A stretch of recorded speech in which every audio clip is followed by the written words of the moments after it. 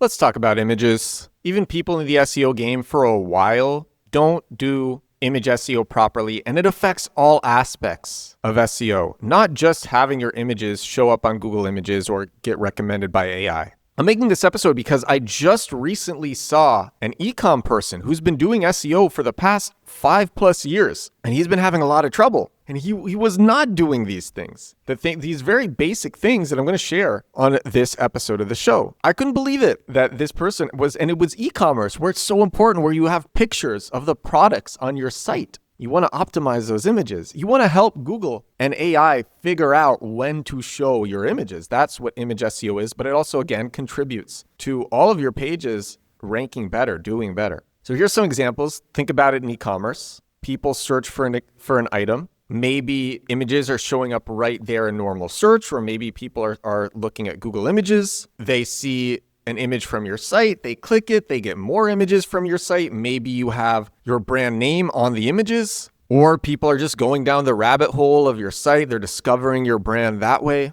It helps with top of mind awareness if people are using images in presentations, which is very common with Google Images. So now they're showing your images in presentations. I'll give another example of that in a moment. Or just it's the informational stage. People are trying to learn about an item before buying it. And if it's low cost and the text on your page is good, they might buy it right there from your site. They're looking at images. They're like, okay, let me learn more. Here's an image of it. Then they go into your site. They see multiple images. They read about it. You know what? This isn't that much, and I'm already interested in it. Yeah, add to cart, buy now. Another example is this was recent. I was getting an image to represent something in SEO. It was an image to represent some phenomenon in SEO. I don't remember what it was, but I do remember I used it, and I do remember that the image that I used was from Hey Tony, friend of the pod, Matt Diamante, who came on to this podcast, episode 624, Making SEO Viral. Matt Diamante, who has the agency Hey Tony, very big on social media, and he had an image representing this thing in search engine optimization. I'm like, it's Matt Diamante. Yeah, I'll use it. And I used it in the podcast. And so what does that do? People see Hey Tony. A lot of people know Matt Diamante. That enforces his top of mind awareness. Or just with AI. You see images in ChatGPT, especially with search, and you get images all the time. I get images with ChatGPT all the time. In fact, I've gotten so many images for my social media videos, for Instagram videos, for TikTok videos, for YouTube videos, just from ChatGPT. It's very common. You want to optimize for AI?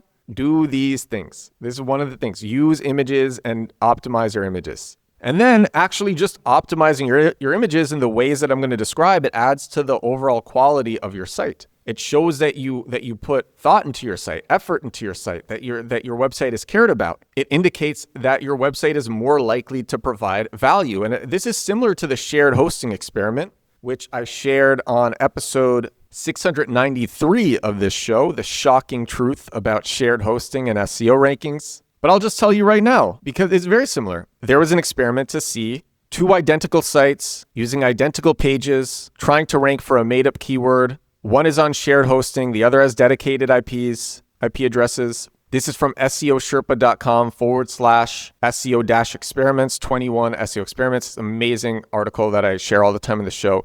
The conclusion is, in fact, by the end of the experiment, the top 10 results for the made-up keyword contained 80% to 90% websites on dedicated IP addresses. The dedicated IP addresses outperformed shared hosting 90% of the time. And then the SEO experiments post extrapolates and says, are you more likely to find a throwaway PBN site on a cheap $10 a month shared hosting account, or a premium $200 per month dedicated server? You don't need to spend $200 a month on a dedicated server, but you get the point. And actually, there was another line that I really like. It's likely that Google's algorithms look for patterns amongst low-quality sites, and free/cheap shared hosting is potentially one of them. Not using alt text or using nonsensical file names, that's another one of them. A lot of the low-quality sites that I see, they don't use alt text, they don't use file names.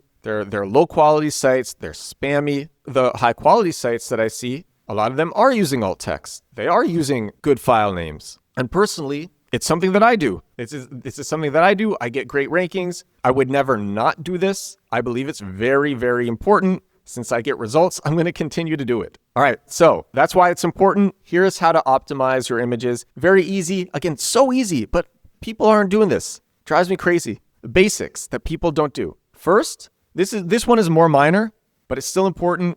Give a description in your file name and have a naming convention with your file name. So an example, my blog section on edwardsturm.com, I call it articles instead of blog. I like how it sounds. So I say articles underscore and then the name of the article. So again, if you're using your blog, if you're doing a blog and you call it blog instead of articles, yours would be blog underscore. And then the name of the article. So the example is the biggest SEO opportunity may still be ahead of us. And that was the name of one of my articles. Then another underscore, and then the description for the image. So this particular image was SERP example under targeted keywords, transactional keyword. And that was the description that I put in to describe the image that I uploaded. It was a WEPB, WEPBP. Those are super lightweight. They're amazing. You should totally be using .WEPB. So the naming convention is the overarching subfolder. In this case, it's articles. Yours might be blog.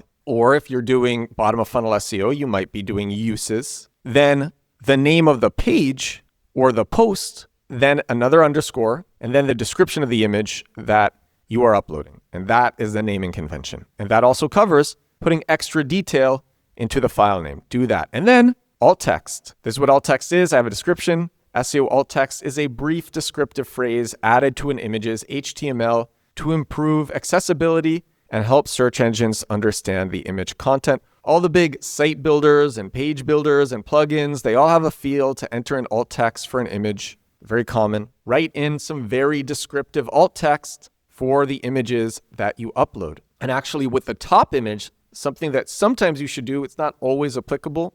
It can be too spammy if you do it too much, but I will do it. I do it quite often, is I will use my target keyword in the first image's alt text only if that image is really, really related to the keyword that I am targeting. But when it comes to your images being recommended with AI and with Google Images or Bing Images or whatever, it also depends on the context of the page. And that's why it's really important to have your target keywords, especially purchase intent ones, in your page title, URL slug, meta description, H1, and beginning of the first sentence, because the context of the page that an image is in helps search engines and helps AI understand when to recommend those images. And that's it. It adds to the overall quality of a site, and it creates opportunities for your brand to get discovered. And it's easy and it's fast. It's easy and it's fast. I wanted to make this episode too because it took me years to learn naming conventions. It took me years to learn these naming conventions and to learn how important alt text is. And again, because it's a very small amount of extra work, I hope all of you